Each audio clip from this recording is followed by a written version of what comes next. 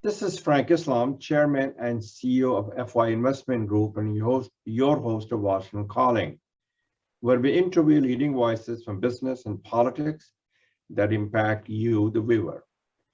Today, we're fortunate to have a distinguished guest. Her name is Beena Sarwar. She's a Pakistani journalist, filmmaker, and a peace activist who is currently based in Boston, Massachusetts. She focuses on human rights, media, gender equality, democracy, and India and Pakistan relationship. She served at the Carr Center for Human Rights at the Harvard Kennedy School of Government, where I serve on the board. Thank you, Beena, for coming to our show. It's wonderful to see you and get to know you. Thank you. Thank you so much for having me. So Beena, tell us a little bit about yourself. Who's Beena Sarwar? And you seem to wear many hats, such as journalist, filmmaker, artist. So my question is, how do you juggle and how do you do so many things and be effective? And also talk a little bit about being the Pakistani editor of the Aman Ki Asha. I may have not pronounced it correctly, but as I understand in English, it's called Hope for Peace. Yes, so thank you. That's a lot of questions in terms of identity. Well, I think all of us have multiple identities. We don't just have one identity.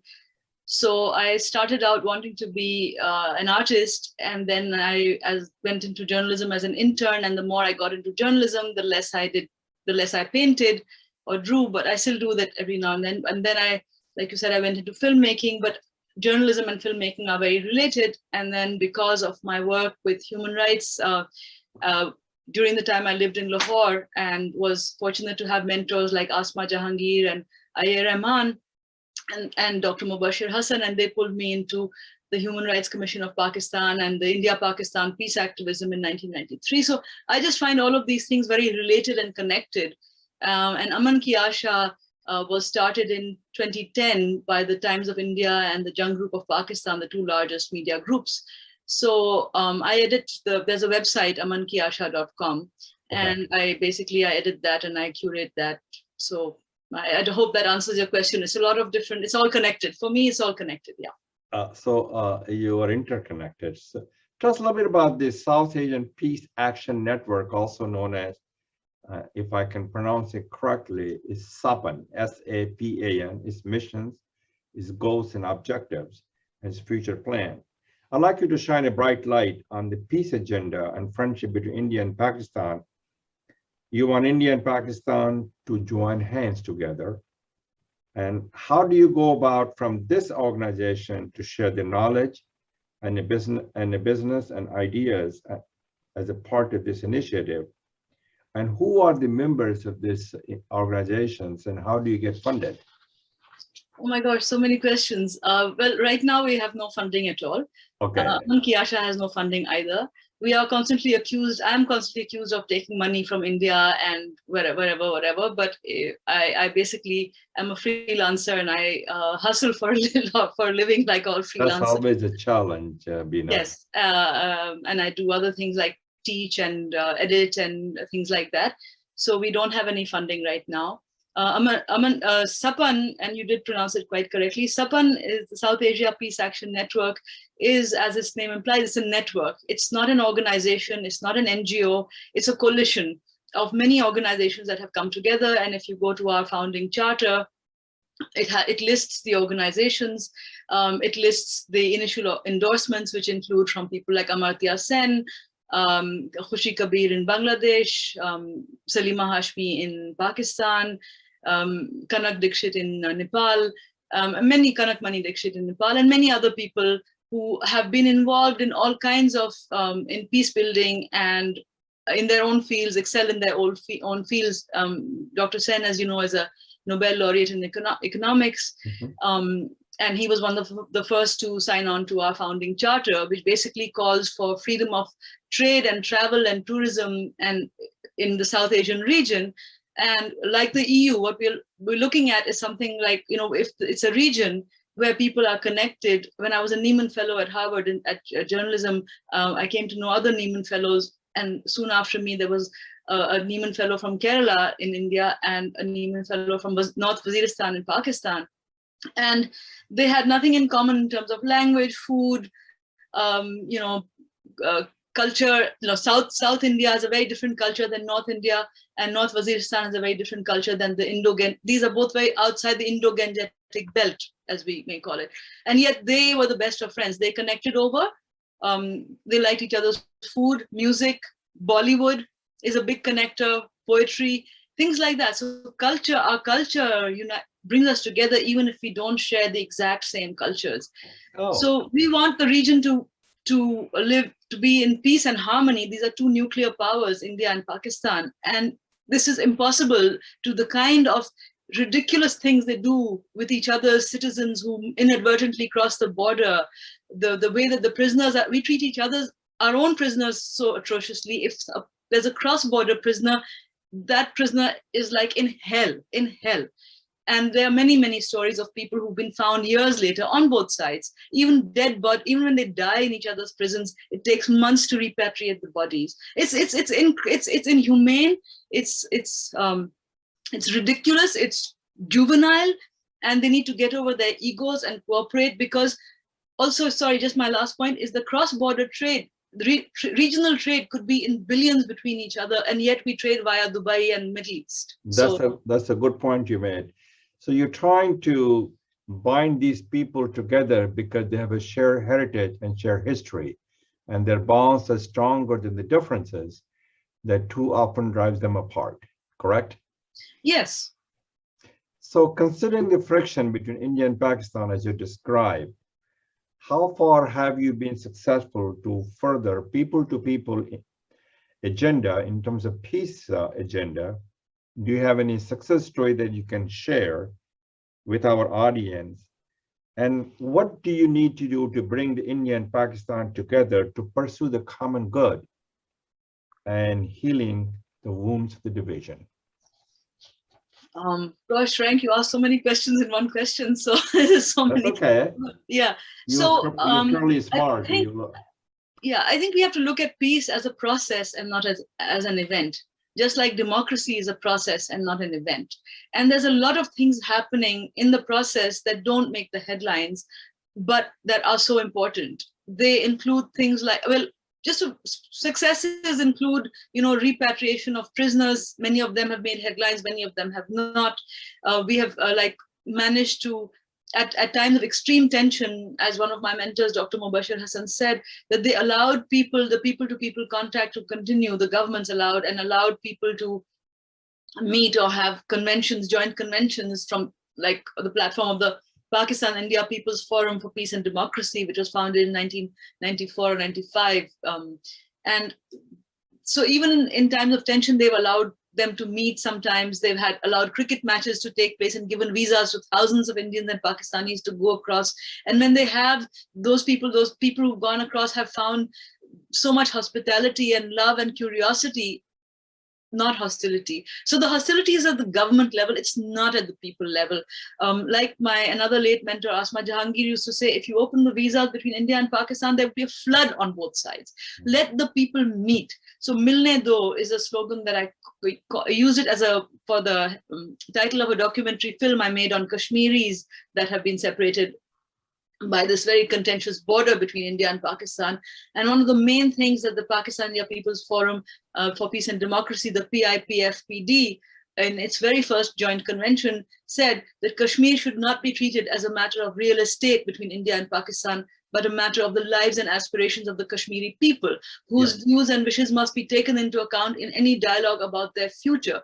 So I think one of the successes is that this idea has percolated into official discourse. And of course, we have setbacks, and it's like 2 steps forward, 1 step back.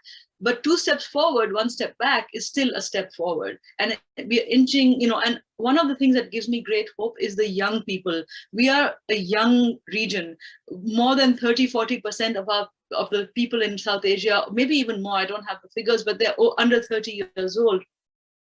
In Sapan, in Aman Ki Asha, in PIPFPD, we're seeing young people coming forward, taking leadership, really connecting with each other. Students, like I remember when these students at IIT Bombay, Mumbai, they wanted to have a connection with the students in Pakistan. So I helped to connect them, and they did joint, science exhibitions together with, students. And like you just let them meet, and then, but the governments create so many, and this is, I'm talking India, Pakistan, but it affects all of South Asia.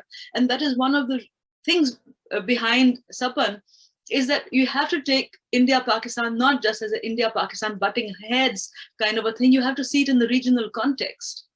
They are making lives miserable, bringing the poverty levels, increasing poverty levels in the whole region because of their ego-driven policies.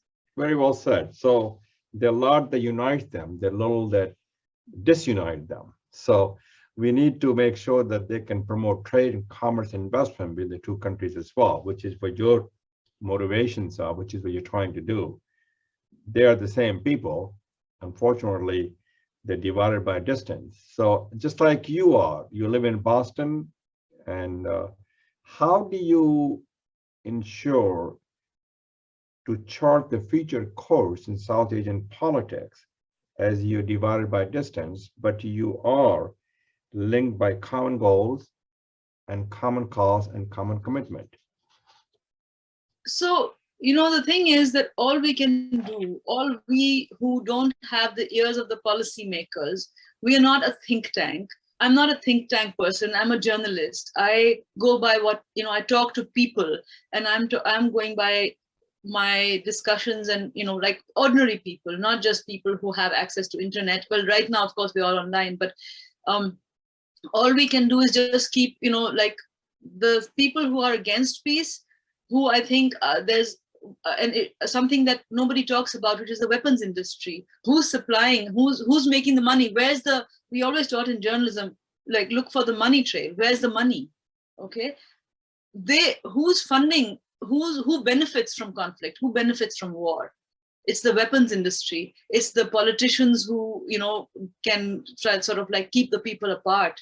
It's the military establishments. Otherwise, if you think about the people, if you just let people be, let them live, that's in peace all and we are harmony. asking for. In peace and harmony. Yes, but you can't have that without letting people meet and talk. Yeah, You have to have the dialogue. As Mani Shankar Iyer said, dialogue has to be uninterrupted and uninterruptible. You can't just say, you can't be like kids and say, oh, I'm not playing. Oh, he started it. Please grow up. And each side, sorry to interrupt, but and again, coming back to India, Pakistan, each side acts as if they are pure as driven snow and everything wrong is on the other side. That it's the other side, the blame game, the finger pointing, the accusations. This is so juvenile. Yeah. Look at what's wrong in your own country. As we say, apne gireban mein jhanko, look inside yourself. And speaking of, you mentioned like Obama said, like, be the change. You be the change. Be the change. Very well said. Gandhi said this. Nelson Mandela said this. And I want to just add one little point, which is that in Islam, the greater jihad is the struggle within. It's not fighting. It's not arms and ammunition and power. The greater jihad is the struggle within. And the concept of quote unquote jihad at the international level was started, I'm sorry to say, by the USA and Saudi Arabia and Pakistan during the 1980s war in Afghanistan to combat the USSR in the then Cold War. And we are still paying the price for that trajectory that was started then. I want to shift the gears and talk about your thoughts on the role of the media in South Asia. As you know, the cornerstone and the pillar of a democracy is freedom of faith, freedom of press, freedom of expressions, and respect for human rights. Do you believe that the South Asian country adhere to this kind of pillars of democracy? And how do you go about to secure and ensure the freedom of press and freedom of religion and freedom of faith in India and Pakistan? As you know, Thomas Jefferson, as a part of the First Amendment, as a part of our Constitution, which was the amendment to the Bill of Rights, put freedom of press and freedom of faith as a part of our constitution. Do that kind of things exist in India and Pakistan as well? I mean, you know the answer to your question. The very short answer is no. Okay. How important is it? Tremendously important. Because as another friend and colleague in India, Rita Manchanda, once said, that the narrative created by the mainstream media gives the impression as if there is no option but conflict. That is not true. If you allow journalists to do their work, which is not happening, particularly in India, Pakistan, Bangladesh, journalists are being picked up, they're being detained, they're being killed, they're being tortured. In Pakistan, they're barging into people's houses and beating them up, taking pot shots at them while walking in the park. In Bangladesh and India, again, charges of sedition, things like that. So we are not ambassadors. Journalists are not ambassadors. We are not. And then they throw national interest at us. Please don't tell us about national interest. Focus on providing food security and security of employment and security of housing to the people. That is real security. So stop telling us, giving us lessons on patriotism and putting charges of sedition on us when we don't go by your so-called national narrative and your so-called security interest. So Beena, how do you say when India touts is the largest democracy in the world? That's what they say. But if the cornerstone of democracy, of any democracy, is freedom of press, freedom of religion, freedom of faith, freedom of expression, and respect for human rights. And as we have seen so many instances, as you described, a lot of people have been killed, journalists. And journalists are target of the government to suppress their freedom and to suppress the freedom of press. And then how do you go about touting yourself as the largest democracy in the world, which is what India says? So they can say what they want. And again, like I said, democracy is a process, not an event. And I think, and I wrote this in an essay I wrote just about the time Modi came into power, in a book it's an anthology called Making Sense of Modi's India. And what I wrote in my essay, I was the only Pakistani to contribute to that anthology. And I was like, how am I going to write this? Because I don't want to offend people because I disagree with his policies so strongly. But again, I don't want to go into personalities. I'm talking about issues. So I wrote about what India can learn from Pakistan in terms of what happens when you inject religion into politics. We've had that during the Zia years, particularly. We're still paying the price for that. And I said, and what Pakistan can learn from India when you let the democratic political process continue. So democracy is not just like casting your vote. There's a process. It's a process of handing over power. It's a process of accountability. So right now we are seeing very little of that in India, but I do have faith in the people of India, my friends and comrades in India, the way they are fighting back. It is inspirational, the way that people are. And again, that is, in Pakistan, you'll have the headlines about the atrocities and the what's wrong with India, which is absolutely, it should be highlighted, what happened in Kashmir.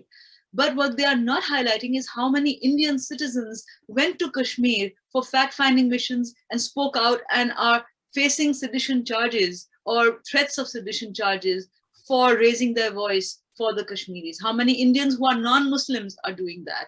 And similarly in Pakistan, how many people are speaking up for. So the news, like they say, no news is bad news, no news is good news, right? Like when it's bad news, it makes a headline. But the good news, which is the process, that doesn't get into the media. And I just want to add one more thing here is that we are also seeing a lot of corruption in the profession of journalism. We're seeing a lot of people who are calling themselves journalists. They are writing for big newspapers or have big, hosting big TV talk shows with millions of viewers and in many of the channels, but they are not following the ethics of journalism. And I think we have to make a distinction. The ethics of journalism include giving everybody a fair hearing.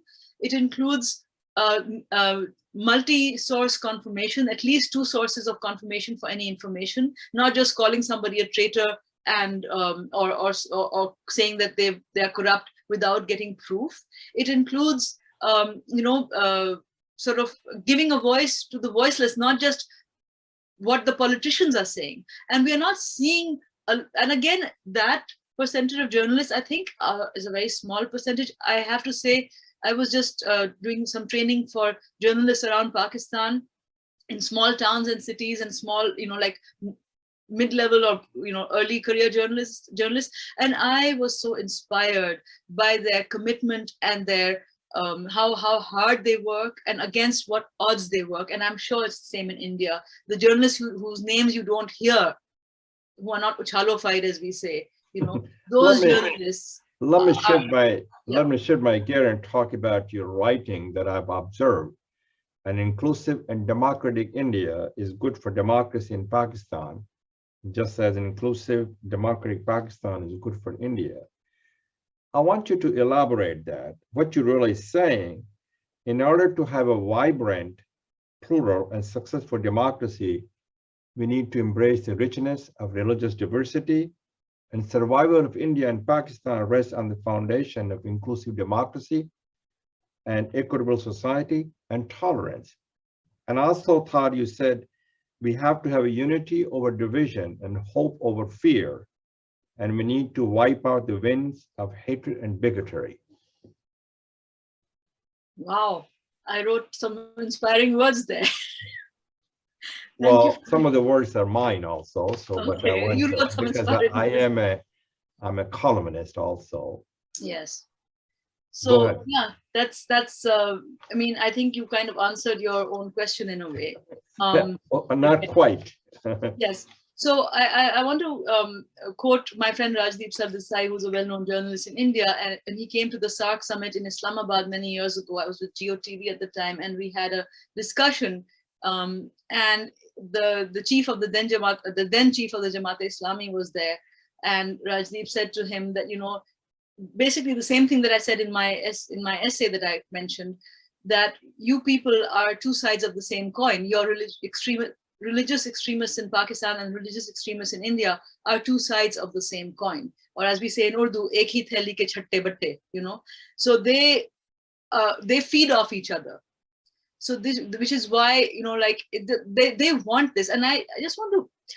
There was a woman I met from Australia who was doing a PhD thesis that she eventually abandoned because she got threatened in Australia, and she's a white woman, not Indian at all. She was doing her thesis on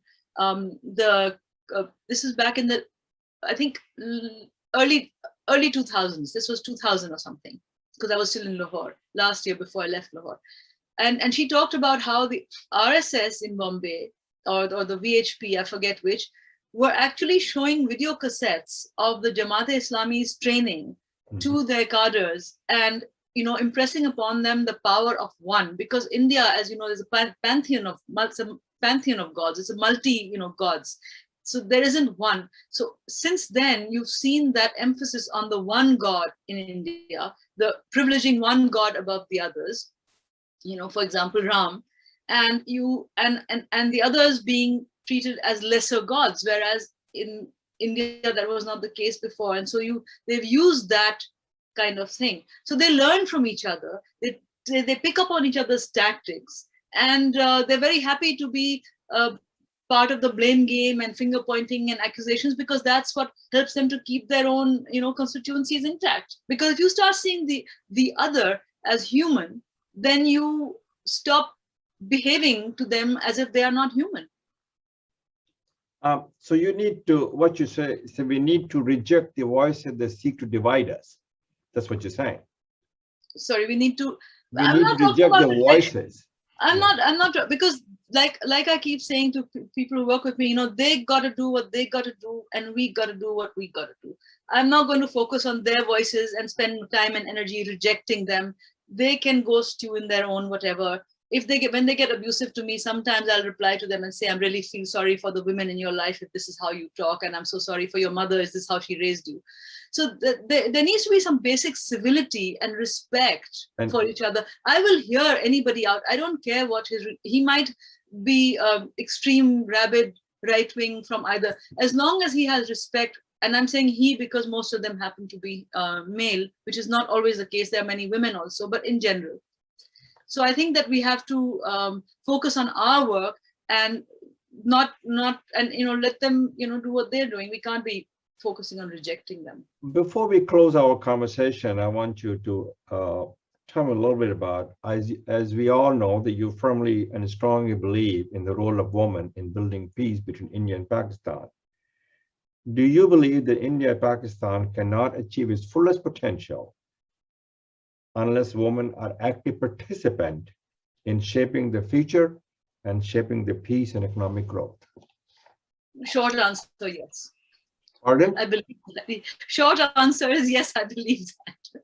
I mean, you have to, and I think, again, I'll quote Asma Jahangir and Nirmala Deshpande from the India side, when at the height of the Kargil war, that's, right after the Kargil war, it was the women with their peace bus, who crossed on either side, and they reclaimed the traditional symbols of feminine weakness, the bangles and the dupattas or the chunnis, and they exchanged those as symbols of strength and reclaiming, like we say in India and Pakistan, oh, he's so weak, he's wearing bangles. Well, guess what? We are strong. We are strong. Those are not handcuffs. Those are bangles. And we like the sound that they make, and we like the colors. And we are not going to fall into this hyper masculine way of interacting. And the way that women interact tends to be a lot more cooperative, a lot more humane, a lot more compassionate and empathetic, which is, again, not to say, I mean, people like Aya Rahman, and people like some of my mentors and people I've worked with, people I work with even now,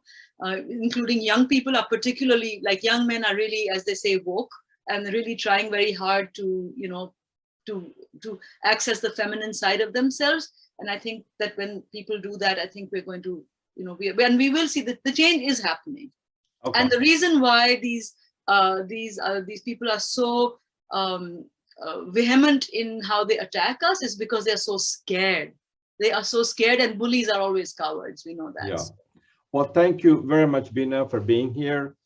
And thank you for your leadership. Thank you for all you do to make a meaningful and profound difference in people's lives. This is Frank Islam wishing you great faith. Thank you for watching.